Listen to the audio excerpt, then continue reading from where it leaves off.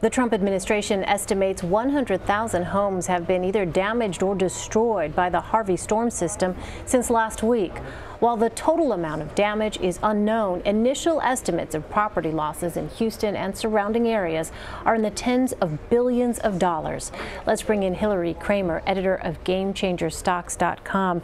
Hilary, welcome. Thank you. So the scope of the damage here is really overwhelming. What is your sense of the property loss here? How much money are we talking about? In terms of the catastrophe, we are talking about $200 billion. The Sandy storm and Hurricane Katrina combined don't even equal to the cost of what we can expect from the cleanup and rebuilding from Hurricane Harvey. That's a pretty astounding figure.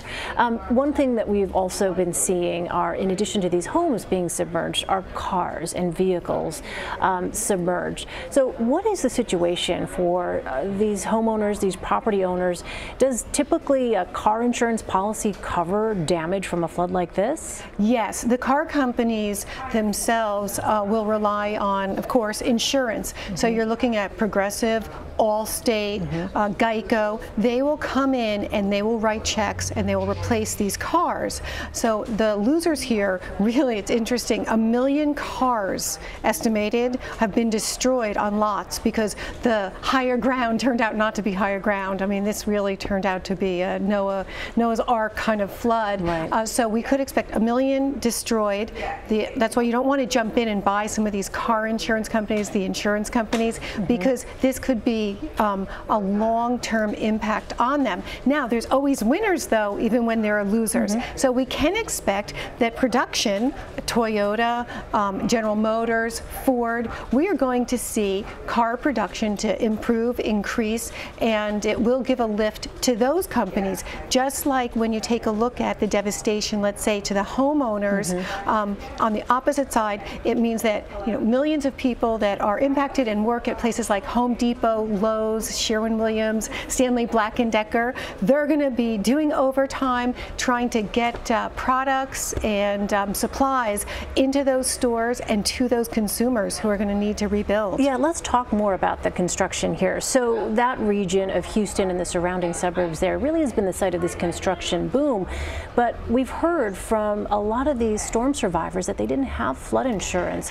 So what does that mean for rebuilding? Okay, so what it means is do it yourself. 80% of these homeowners, 80% did not have flood insurance, and it's understandable, of course. This is a once in 500-year flood, which means it's something that one should never really ever expect to see statistically. So the home builders are going to have to do it themselves because they're not going to receive checks from insurance, and they can just institutionally hire contractors. They're going to be out there with saws and painting and repairing on their own. So the devastation, therefore, exceeds this Hurricane Sandy and Hurricane Katrina cost because of the devastation, but the rebuilding will happen, will take place, and I think everyone is very optimistic that there's really a coordinated effort here, and that both Washington and Wall Street and Texas are all trying to come together and make this happen. Right. So in addition to the homes, stores and businesses have been impacted by this as well. So talk to me about the impact that the closures of some of these businesses will have when you talk about economic recovery here. Well, it's so insidious. It's so difficult to look at the chain of events that take place. We look, as an economist, as a market strategist, we look at the big picture and what the numbers are, but the devastation to individuals is so extreme because of these closures. People work their whole lives to start a business, to create a business, and it's destroyed. And even in terms of fatalities, for example, the fatalities, yes, you have people that are lost during the storm itself. I am convinced, after having lived through Hurricane Sandy and the impact, there's deaths that take place. People prematurely are impacted, their health, their livelihood, everything. It's really, a horrible, horrible situation for them, and it's such a terrible tragedy to even try to put in words what they're going through.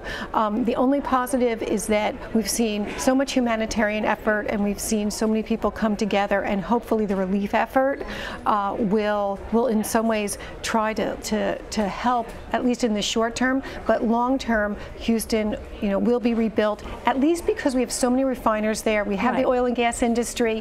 There is incentive, need, and a real kind of economic impetus to see Houston and Texas rebuilt.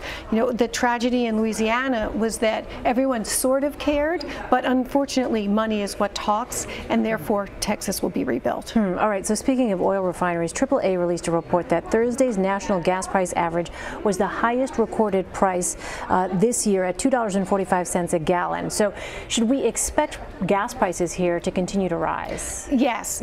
Gasoline prices will be impacted. They could be impacted. We could easily see $3 to $3.50 a gallon. That could certainly happen because of the oil refiners. We can do 18.6 million barrels a day in the United States refining oil into gasoline. I mean, there's a whole midstream aspect to that, but 8.6 million of those 18.6 million barrels come from the area in Texas that was impacted by this Hurricane Harvey. All right, Hilary Kramer, thank you so much for your time. I appreciate it.